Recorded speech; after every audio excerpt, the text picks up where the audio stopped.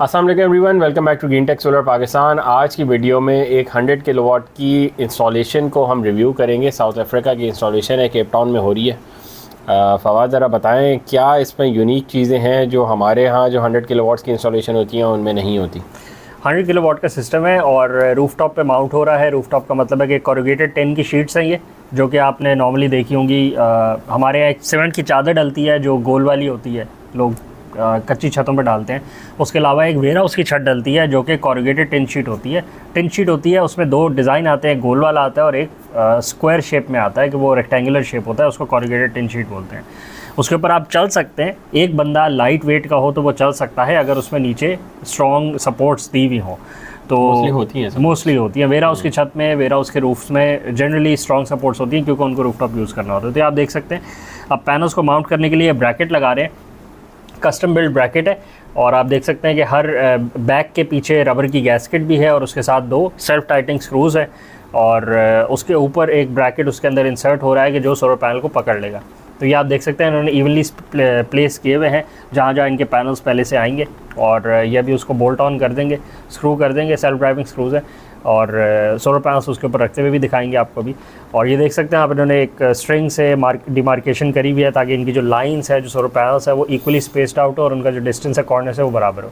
तो again normal procedures हैं और आप देख सकते हैं साउथ अफ्रीका है तो स्पार सुपर स्पार जो है वो तो कॉमन है यहाँ पे। और आप देख सकते हैं टेम्परेचर बहुत हाई है अभी 38 डिग्री। अच्छा, आप सुपर मार्केट की बात कर रहे हैं, स्पार सुपर मार्केट? जी, स्पार सुपर मार्केट की बात कर रहे हैं जी, जो पाकिस्तान में भी आपको चेन दिखती है, अफ्रीका में तो बहुत। अच्छा, साउथ अफ्रीका ये में देखें मोस्टली हमने जो देखे हैं, चलें ठीक है, एक L2 स्टैंड होता है, एक L3 L4 स्टैंड होता है, फिर एक एलिवेटेड स्ट्रक्चर होता है जिसमें गर्डर और पाइप का स्ट्रक्चर बनता है, आई बीम का बनता है। अच्छा, फिर एल्युमिनियम की रेलिंग होती है, फिर एल्युमिनियम की रेलिंग के ऊपर हम T और Z से इंस्टॉल कर लेते हैं, फिर एक P और Z भी होता है। बिल्कुल, इस तरह की इंस्टॉलेशन तो हमने पाकिस्तान में तो नहीं देखी। ये क्या स्मार्ट तरीका है या ये स्मार्टनेस दिखा रहे हैं? थोड़ी कॉस्ट इफेक्टिव है असल में। PZ भी जो है वो कॉस्ट इफेक्टिवनेस का एक नाम है। PZ अगर किसी ने देखे हो तो PZ में PZ की पिक्चर लाजमी लगा दिएगा यहाँ कि वो किस तरह का ठीक है। PZ बहुत छोटे से ब्रैकेट्स होते हैं, जैसे ये ब्रैकेट है, आपने पैनल को 4 कॉर्नर से पकड़ा है और अभी हो सकता है शेयरिंग में पकड़ लेंगे और डबल वो भी हो सकता है। तो अच्छा देखिए, अगर सोलर सिस्टम की हम बात करें तो सोलर सिस्टम क्यों लगाया जाता है कि हमें मैक्सिमम एफिशिएंसी मिले और जो हमारी बिजली बनाए बेसिकली वो, अब वो चाहे हम यूज़ करें या हम वो आगे बेचें ना। बिल्कुल। अगर आजकल अगर आप देखें कि जो सोलर पैनल के इसके एक पैलेट की कॉस्ट है, उससे ज़्यादा कॉस्ट तो आपके स्ट्रक्चर की आ चुकी है। बिल्कुल। और अगेन उसमें यही होता है ना कि मैंने छत यूज़ करनी है तो मुझे एलिवेटेड स्ट्रक्चर चाहिए, तो अगेन फिर उसकी कॉस्ट है आपको बेयर करनी पड़ेगी, मेटल लगाना पड़ेगा, उस पर लोहे पे आपको इन्वेस्ट करना पड़ेगा। दिखाने की बात यह है कि देखें नॉर्मल वही स्टैंडर्ड पैनल्स हैं जो आपको पाकिस्तान में अवेलेबल हैं। JA सोलर टियर 1 की लिस्ट है। टियर 1 की लिस्ट हम इसलिए बार बार कहते होते हैं क्योंकि वो स्टैंडर्ड प्रोडक्ट है, ग्लोबली शिप आउट हो रही है। सिर्फ पाकिस्तान के लिए कोई हल्का प्रोडक्ट बना के नहीं बेच रहे। साउथ अफ्रीका है ये और वहाँ भी आपको देखें JA सोलर मिल रहा है। आप टियर 1 की लिस्ट में से लेंगे तो वो आपको जिनको सोलर भी मिलेगा, ट्रीना भी मिलेगा, लॉन्गी भी मिलेगा। तो आप वो आइटम लें जो हर जगह अवेलेबल हो, और हर जगह अवेलेबल होने की वजह से ये होता है कि वो उसकी परफॉर्मेंस गारंटीड होती है फिर, और उसमें वारंटी क्लेम्स भी हमेशा मिलेंगे आपको। तो आप देख सकते हैं इसमें सोलर एज का इन्वर्टर है, ऑन-ग्रिड इन्वर्टर है, स्ट्रिंग इन्वर्टर है और उसके साथ ऑप्टिमाइजर्स भी इंस्टॉल किए जा रहे हैं। कॉस्ट सिस्टम की बहुत हाई हो जाती है जब आप स्ट्रिंग इन्वर्टर के साथ ऑप्टिमाइजर्स। क्या फ़ायदा है ऑप्टिमाइजर्स लगाने का अगर सोलर इन्वर्टर में MPPTs मौजूद है? बिल्कुल। तो फिर ऑप्टिमाइजर्स लगाने का क्या मकसद है? अगेन आपका जो कंट्रोल है वो फिर बजाय इसके कि पर स्ट्रिंग पे जाए, जैसे हमने कल की वीडियो में डिस्कस किया था कि MPPT अगर आपने 16 पैनल लगाए तो 8-8 की 2 स्ट्रिंग्स बनाई है तो आपका कंट्रोल उन 8 पैनल्स पे एक साथ है। आप उन 8 के अंदर कंट्रोल नहीं कर सकते कि एक पैनल नहीं आउटपुट दे रहा तो मैं उसको कटा के 7 से आउटपुट ले लूँ। अब MPPT तो फिर हर स्ट्रिंग पे जितने आपने नंबर ऑफ पैनल्स कनेक्ट करें आप उतने को कंट्रोल कर सकते हैं। यहाँ पे अब आप ऑप्टिमाइजर लगा रहे हैं तो 2 पैनल्स पे एक ऑप्टिमाइजर लग रहा है। ठीक है। तो इसका मतलब है कि अगर आपको किसी भी 2 पैनल्स पे इशू आता है और वो एक ऑप्टिमाइजर पे होंगे तो आप उसके आउटपुट को, वो ऑटोमेटिकली उस आउटपुट को वेरी कर देगा। अच्छा, ठीक है यार। वैसे मुझे ये प्रोडक्ट पसंद आया, देखे ना, शेयरिंग नहीं कर रहे, नॉर्मल लगा रहे हैं, शेयरिंग नहीं कर रहे, पर it's very good, it's very cost effective. बिल्कुल कॉस्ट इफेक्टिव। और उसने उतना ही मजबूती से पकड़ लिया पैनल को। देखिए इसमें नीचे जगह ही नहीं है ना, तो वो जो विंड करंट जिसने उड़ाना है, अगर तो विंड करंट ने छत उड़ा दी, इसकी छत वीक हुई तो फिर तो पैनल उड़ जाएंगे। वो तो अगर छत गिर गई तो फिर आपने खड़ा ही उसको किया है। अगर छत स्ट्रांग हुई तो ये कहीं नहीं जाएगा, क्योंकि वो TZ एंड क्लैम्प्स पे लग रहा है, एल्यूमिनियम के मिड क्लैम्प्स है और Z क्लैम्प्स है और उस पर लग रहा है, और बाकी फुटिंग्स है और फुटिंग से नीचे आप देख सकते हैं बिल्कुल ही कोई 2 या 3 इंच का गैप है, उसके तो नीचे क्या practically वो रेलिंग जो पर स्क्वायर फीट की कॉस्ट आ रही होती है वो भी तो बच गई ना और आपकी, कम ठीक ठाक यार, वरना कितनी आपकी रेलिंग चलती है इधर से वहाँ बिल्कुल बिल्कुल बिल्कुल। अब इसमें आपको ये करना है कि क्योंकि अब आपने हर पैनल के नीचे तकरीबन 4 होल्स किए हैं, तो उन 4 होल्स को प्रॉपर्ली सील करना है। अच्छा, वो इसीलिए रबर की गैस्केट रबर लगी हुई थी गैस्केट उसमें लगी, बिल्कुल। कि वो पानी जाएगा नहीं अंदर। अब रबर गैस्केट है, आपका पैनल ने प्रेशर डाला, रबर गैस्केट के अंदर से पानी नहीं जाएगा। रबर गैस्केट का मटेरियल अच्छा होना चाहिए कि वो क्रैक ना कर जाए 5-6 साल बाद यूवी की वजह से। अच्छा, वो भी यूवी की वजह से शायद ना कर पाए क्योंकि वो नीचे है, अगेन यूवी आ नहीं रहा उसमें। देखिए ना, सिस्टम डिज़ाइन अच्छा हुआ है और वो जो प्रोडक्ट है वो बहुत अच्छी डिज़ाइन हुई है। और अगेन छोटा प्रोडक्ट है, हैंडल करना आसान है, रिप्लेस करना आसान है और कॉस्ट इफेक्टिव ना। असल में जो भी पैसे लगे कस्टमर के वो पैनल्स पे लगने चाहिए, क्योंकि बिजली उसने बना के देनी है। बिल्कुल, ये स्ट्रक्चर ने और इसने स्ट्रक्चर बना के नहीं देनी। अभी आप देखें इन्होंने एक ही दिन के अंदर पूरा छत कवर करी, नहीं एक और रूफ भी है, 2 हिस्सों में होएगा, और एक रूफ पे कवर कर दिया है। और इसमें सिस्टम में इंस्टॉलेशन में लीड टाइम को खास नहीं आया ना, क्योंकि पैनल्स को ऊपर रखना है और सिर्फ एंड क्लैम्प्स के साथ आपने जोड़ देना है उनको। वर्कर्स लगे हुए हैं और टीम लगी हुई है, और आप देख सकते हैं कि आप स्लोप भी ऑटोमेटिकली, अब ये ए शेप रूफ वाला ही कंस्ट्रेंट आ गई कि जो स्लोप आपके उसका रूफ टॉप का है आपको उसी पे लगाना है, उसके अलावा आपके ऑप्शन नहीं है। एडीसी आइसोलेटर लगे हुए हैं, अगेन उनकी नेट मीटरिंग, उनके जो एसओपीज हैं उनके रेगुलेटरी अथॉरिटी के उसके मुताबिक डीसी आइसोलेटर होना बहुत लाजमी है। यहाँ भी होने चाहिए डीसी आइसोलेटर्स, कभी भी खुदा ना खासा पैनल में मसला है तो आप कट ऑफ तो कर सके, और वो छत के पास ही हो ना। बिल्कुल, यहाँ तो लोग लगाने की जरूरत नहीं छत के पास छोड़े, नीचे ब्रेकर भी नहीं लगाते, वो बोलते हैं इन्वर्टर के साइड पे ही जो स्विच लगा हुआ है बस वही सफिशिएंट है, उसी पे चला लो। और ये नॉर्मली यहाँ यही कर रहे हैं पैसे बचाने के लिए कि वो बिल्कुल ही कुछ भी नहीं लगाते, डायरेक्ट सोलर की। और वो तो कुछ में आइसोलेटर आता है, कुछ में तो आता ही नहीं है ना। 5 किलोवाट वाले ऑफ ग्रिड्स में कहाँ आता है, उसमें डायरेक्ट सोलर की तारें इन्वर्टर के अंदर। खासा इन्वर्टर का वो खराब हो जाए तो फिर बैकअप तो होना चाहिए ना, और अगर कहीं शॉर्ट हुआ तो इन्वर्टर सबसे पहले फट जाता है आपका।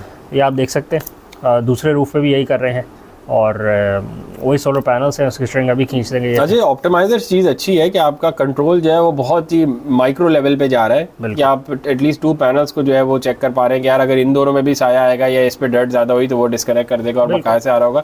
पर इसी की वजह से कॉस्ट भी आपकी बढ़ रही होगी। तो अगेन ये कॉस्ट वर्सेस आपका आप एनालिसिस निकाल सकते हैं कि एफिशिएंसी कितनी आपकी बढ़ रही है।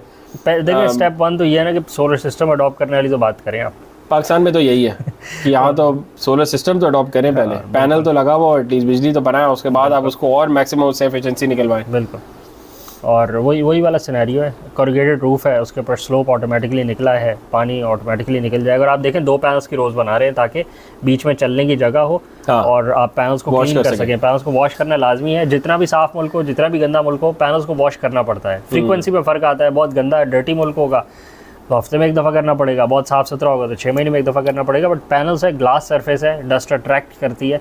अच्छा, उसमें भी यार सर्दियों में आपको पता है ज़्यादा वॉश करना पड़ता है। बिल्कुल, बंदा बोलता है सर्दियों में ज़रूरत नहीं होगी, पर सर्दियों में जो स्टैटिक होती है ना उसकी वजह से मिट्टी और ज़्यादा चिपक जाती है इनके साथ। बिल्कुल, तो जो आपने फ्रीक्वेंसी 15 डेज़ की रखी हुई है वो 3 से 4 दिन पे ले आए 100%। तो आप फिर एफिशिएंसी देखें इसकी, बिल्कुल, क्योंकि सर्दियों में ऑस की वजह से भी जम जाती है ना। और दूसरा ये कि सर्दियों में ही तो ये मैक्सिमम एफिशिएंसी पे चलता है। बिल्कुल, अब ये देखें यहाँ पे बिल्कुल सही कह रहे हैं, क्योंकि टेम्परेचर डिक्रीज हो जाता है ना तो एफिशिएंसी बढ़ जाती है। यहाँ पे इन्होंने लाइंस पे गैप छोड़ना, मेरा ख्याल है जगह खत्म हो गई ना अब तो। अब इन्होंने उनका ये था कि भाई ठीक है, देखिए ना 2 पैनल जहाँ है तो आपके 15 यहाँ से हो गए तो पहुंच जाएगा 15 फीट का एक्सेस, यहाँ से 15 फीट का। ये कौन सा इन्वर्टर है, देखा हुआ लग रहा है? सोलर एज का इन्वर्टर है, चाइनीज ब्रांड है, और 33 किलोवाट का एक मॉड्यूल है। बिल्कुल ग्लोबल इन्वर्टर है, ऑस्ट्रेलिया में भी लगता है और अफ्रीका में भी लगता है। यार आप देख रहे हैं उसने एमसीसीबी लगाई है। बिल्कुल, आप मुझे दिखा दें यहाँ कौन एमसीसीबी लगाता है?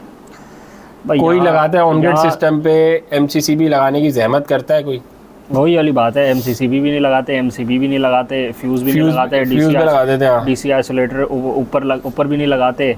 तो यहाँ तो आपको पता है बहुत बेसिक सेफ्टी के वो है, और कोई इसमें ज़्यादा आपके पैसे नहीं लगते, पर बस एक दूसरे को खींचने वाली बात है ना कि आप रेट कम कर दो तो मैं ठीक है, मैं सामान नहीं लगाता, रेट कम कर देता हूँ, मेरा भी क्या जा रहा है। बिल्कुल ऐसे ही है, इस बेसिस पे काम कर रहे हैं। जब 100 किलोवाट का सिस्टम हो गया ये 33 का एक इन्वर्टर है, और 33 के पैरेलल में 2 इन्वर्टर हैं, वो 66 का हो गया। तो ये 2 सेपरेट इन्वर्टर्स हैं, एक 66 का है जो लेफ्ट पे 2 जुड़े हुए हैं ऊपर, सही है, वो 66 वाले हैं, और जो राइट पे एक सेपरेट है जिस पे भी ये काम कर रहे हैं वो 33। अच्छा, प्रैक्टिकली इस चीज़ का फायदा होता है कि आप 100 में भी छोटे छोटे इन्वर्टर लगा लें? अगेन जैसे इन्होंने कॉस्ट बढ़ाई है, एक 2 स्ट्रिंग इन्वर्टर्स के ऊपर ऑप्टिमाइजर लगा के, तो ऑफ कोर्स आप जितने छोटे छोटे यूनिट लगाएंगे उतना आपके पास रिडंडेंसी बढ़ जाएगी। किसी भी एक सिस्टम में फॉल्ट आएगा, बिल्कुल, एमपीपीटी भी बढ़ रहे हैं और फिर कॉस्ट इशू भी आ जाए तो भी आपको फायदा हो रहा है कि दूसरा चल रहा है, बट पर कॉस्ट भी बहुत कॉस्ट बढ़ रही है। इतनी कॉस्ट बननी नहीं चाहिए असल में ना, सारी कॉस्ट पैनल्स पे लगनी चाहिए, बाकी मिनिमम एज पॉसिबल होनी चाहिए, क्योंकि प्रोडक्शन आपने प्रैक्टिकली अगर साफ रूम हो और टेम्परेचर ठीक हो रूम का तो फिर इन्वर्टर्स को कुछ नहीं होता, ऑन ग्रिड इन्वर्टर्स चलते रहते हैं।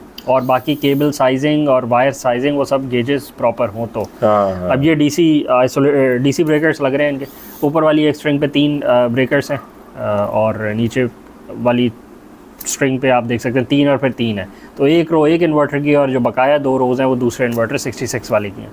तो डीसी आइसोलेशन यहाँ से हो जाएगी, डीसी एमसीबीज़ हैं ये, और इस कनेक्शन हो रहा है। और डिफरेंट इन्वर्टर इस तरह है कि उस पर उसका जो उसके मॉड्यूल्स हैं वो उन्होंने सेपरेट करे हुए हैं, कि आपके जो कनेक्शन टर्मिनल्स हैं वो सेपरेट है नीचे, और जो ऊपर वाले बॉक्सेस हैं आपको उसको खोलने की ज़रूरत नहीं है। यार आप देख रहे हैं बगैर फेरियूल के आपको अभी तक कोई वीडियो देखी है बाहर? स्टैंडर्ड बात है ना ये, मतलब ये बात करने की नहीं है, बात करने की नहीं है कि आपको किसी को बताना पड़े कि भाई तार छील के डायरेक्ट नहीं लगा देना, इस पर फेरियूल लगेगा और उसके बाद ये अंदर जाएगी उसमें। बिल्कुल, ये डिस्कशन की बात ही नहीं है, डिस्कशन की बात नहीं है ना। तो अगेन ये बॉक्स को भी अर्थ कर दिया, जो कि बॉक्स को अर्थ करना लाजमी है। ये अर्थिंग की आप वायर देख सकते हैं चल रही है हर तरफ। अब ये MPP अपना MC4 कनेक्टर्स लगा रहे हैं सोलर पैनल्स वाले, इन्वर्टर के साथ कनेक्ट कर रहे हैं, और आप देख सकते हैं राइट पे AC की लाइन पहले से लगी हुई है, और ये MC4s कनेक्ट हो रहे हैं सोलर पैनल्स के साथ, और बस solar panel live system live हो जाएगा आपका। भाई इतनी सी बात है। AC लाइन भी लगी हुई है, DC लाइन भी लगी हुई है। और यार ये छोटी छोटी चीज़ें दिखाने का मकसद यही होता है कि जब आप काम करवा रहे हो आपको पता हो कि क्या चीज़ों पे आपने नज़र रखनी है और कहाँ से आपने पैसे बचाने हैं और कहाँ नहीं बचाने। बिल्कुल। अब ये इसका DB बॉक्स देखें, इसकी वायरिंग देखें, हर जगह फेरियूल लगे हुए हैं, ब्रेकर्स पूरे हैं, MCC भी लगाई हुई है। आप देखें जाके लोगों के सोलर सिस्टम के उन्होंने क्या चीज़ें लगाई हुई और उनकी क्या नहीं लगी हुई। बिल्कुल। और उनके DB बॉक्स किस तरह के और उनके इन्वर्टर किस तरह के, बिल्कुल, वायर कौन सी यूज़ हुई हुई है। अब ये देखें इन्वर्टर रूम का फ़ायदा ये है कि लॉन्ग टर्म लास्टिंग हो जाएगी, और इन्वर्टर में यहाँ लोग इलेक्ट्रिकल रूम ही नहीं बनाते तो तभी उनको ये बात समझ नहीं आती कि इन्वर्टर रूम भी बनाने की ज़रूरत है। वो इलेक्ट्रिक की DB जो मेन DB है आपकी वही आपने बाहर सड़क पे लगाई भी होती है, जिसमें बारिश पड़ती रहे और वो शॉर्ट मारती रहे। 2-3 साल में वो पूरा का पूरा ख़राब हो जाता है सिस्टम, जंग खा के वो पानी जा के चीज़ें फट चुकी होती हैं। ये कोई इतनी मुश्किल बातें नहीं है कि मुझे इलेक्ट्रिकल समझ नहीं आता तो इसलिए मैंने सर से उतारी हुई है। नहीं, तो इतनी सी बात है, बहुत बेसिक कॉमन सेंस की बात है। बिल्कुल ख्याल रखना है आपने, चीज़ों को बचा के रखना है, वेदर कंडीशन से, क्लाइमेट से, पानी से, डस्ट से, सूरज से, इन चीज़ों से बचाएंगे तो उसकी लाइफ बढ़ जाएगी, नहीं बचाएंगे तो ख़राब हो जाएगा। भाई इतनी सी बात है। बाकी आप नॉर्मल सा सिस्टम है, और 2 सेपरेट सिस्टम्स में डिवाइड करके उन्होंने अपने लिए रिडंडेंसी बढ़ा ली है। साथ में आप देख सकते हैं कि कॉन्डुइट्स के अंदर वायर्स हैं, अर्थिंग हर तरफ हुई भी है। ये अब दिखा रहे हैं कि DC लाइन का जो इंटरकनेक्शन है PCB के साथ, वो PCB के साथ जाके कनेक्ट हो रहा है, हर इन्वर्टर में होता है। वो अब अंदर से इन्होंने खोला हुआ है, इसलिए स्पेशल लग रहा होगा आपको एज अ कंज्यूमर कि ये क्या क्या है, ये PCBs क्यों इतने हैं। नॉर्मली ये चीज़ें बंद होती हैं, कनेक्शन बाहर से हो जाते हैं, थोड़े से इन्वर्टर्स के अंदर से होते हैं, और बस दैट्स इट। आगे ऐप चलती हुई आपको दिखेगी, अभी ऐप के साथ भी इसको लाइव कर देंगे सिस्टम को। कुछ स्पेशल नहीं है, बट दिखाने का मकसद यही है कि आपको भी पता हो कि किस तरह के सिस्टम्स ग्लोबली लग रहे हैं। अगर कुछ स्पेशल नहीं है और कुछ मुश्किल नहीं है, तो जब इंडस्ट्री से क्वेरी आ रही है कि हमारे 100 किलोवाट तो नहीं चल रहे, तो वो बताएं ना क्यों नहीं चल रहे। अब बताएं ना क्यों नहीं चल रहे। अगर मुश्किल भी नहीं है और आप हालात देख लें, साउथ अफ्रीका जैसे स्टैंडर्ड पे भी काम नहीं हो रहा ना यहाँ, फिर जब यहाँ उस स्टैंडर्ड पे भी काम नहीं हो रहा तो फिर इसीलिए तो नहीं चल रहे। यही बात है, इक्विपमेंट हल्की, क्वालिटी मटेरियल्स नहीं है, और वर्कमैनशिप जो है वो है ही नहीं, वो एग्जिस्ट ही नहीं करती। इलेक्ट्रिशियन ने जोड़ जाड़ के लगा दिया तो फिर वो ऐसे ही है, और कस्टमर ने खुद ही इलेक्ट्रिशियन को बुलाया ना। बिल्कुल, कस्टमर आपने ये सेपरेटर्स देखे हैं बराबर के सेपरेटर बिल्ट इन आते हैं। मेरा ख्याल है इतनी छोटी छोटी डिटेल्स हैं जो लोग देखेंगे भी ना तो भी निगलेक्ट कर जाएंगे। हाँ, अभी भी देखते हुए उनको अभी भी देखते हुए शायद अंदाजा ना हो कि ये चीज़ें मैटर करती हैं, जबकि ये प्रोडक्ट के बॉक्स के साथ आती हैं, सेपरेटली भी नहीं लेनी होती।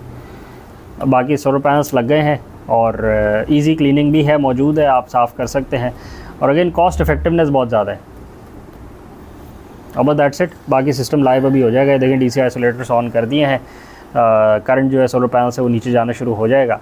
जिसे जाके भी MCBs को ऑन करेंगे। अब देखें ना, जब वॉश करना होगा वो सुबह DC कनेक्टर बंद करेगा, वॉश करेगा और दोबारा ऑन उस बंदे का इस सोलर रूम के साथ कोई ताल्लुक नहीं है। जो वॉशिंग वाला बंदा है उसका रूफटॉप पे सारा काम हो गया, वरना बोलते रहेंगे पता नहीं ये हो गया वो हो गया। और वैसे भी जब काम कर रहा हो तो, जब सोलर चल रहा हो तो फिर आप क्यों वॉश करेंगे उसे ऐसी। अच्छा, यहाँ एक और भी बात है, यहाँ बोलते हैं कि जी सोलर पैनल्स को चलें वो किसी और वीडियो में करेंगे जी, हॉटस्पॉट्स हैं, ये है कहानी है, मिसकॉन्सेप्शंस फैलाए हुए हैं लोगों के अंदर कि आप रात को चढ़ के अपने पैनल साफ करें, बाकी किसी और टाइम पे ना करें। बेकार बात है। अभी देखें कितना अच्छा सर्विस पैनल बनाया है कि नॉर्मल बंदे को करंट भी ना लगे और चीज़ों में 2 इंक्लोजर्स हैं, बाहर का इंक्लोजर अलग है, अंदर का इंक्लोजर अलग है, कोई मिट्टी नहीं जाएगी इन पे, उसमें बिल्कुल तो चलता रहेगा, लाइव बढ़ उसमें क्या जाएगी होना है उसकी। वही लाइव हो गया सिस्टम, देखें 66 किलोवाट प्रोड्यूस भी कर रहा है, 2 इन्वर्टर दिख रहे हैं अंदर और दैट्स इट। 238 वोल्ट्स प्रोड्यूस भी कर रहा है, 50 हर्ट्ज की फ्रीक्वेंसी है, दैट्स इट। इतनी सी बात है, 70% पे वो चल रहा है ना।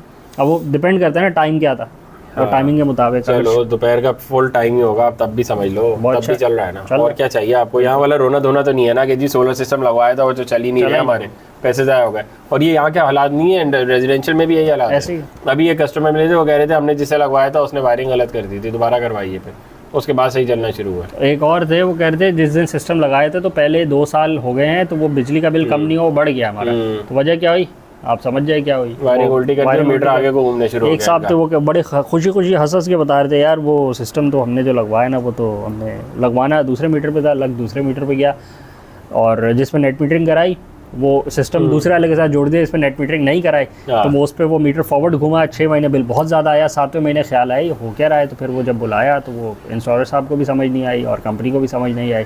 अब बाद में पता लगा कि हमने ये बंद मारा है कि सिस्टम को जिस मीटर के साथ जोड़ना था वो उस मीटर के साथ नहीं जोड़ा, दूसरे वाले के साथ जोड़ दिया और बिल फॉरवर्ड आ गया।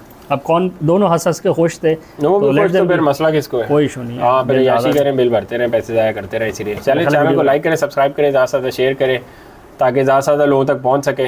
हमारा मकसद यही है वीडियो बनाने का, ताकि आप लोगों को ज़्यादा से ज़्यादा इन्फॉर्मेशन हम दे सकें कि दुनिया में क्या हो रहा है और उनसे हम सीख लें। छोटी छोटी चीज़ें हैं जो वो लोग कर रहे हैं, हम उनको अडॉप्ट कर लेंगे, हमारे लिए ज़िंदगी में आसानी हो जाएगी। हमें को व्हील को इन्वेंट करने की ज़रूरत नहीं है, जो वो कर रहे हैं हम सिर्फ कॉपी कर लें, हमारे लिए बहुत है। और इम्प्रूवमेंट्स अपने आप को अडॉप्ट करवा लें। बिल्कुल, थैंक यू।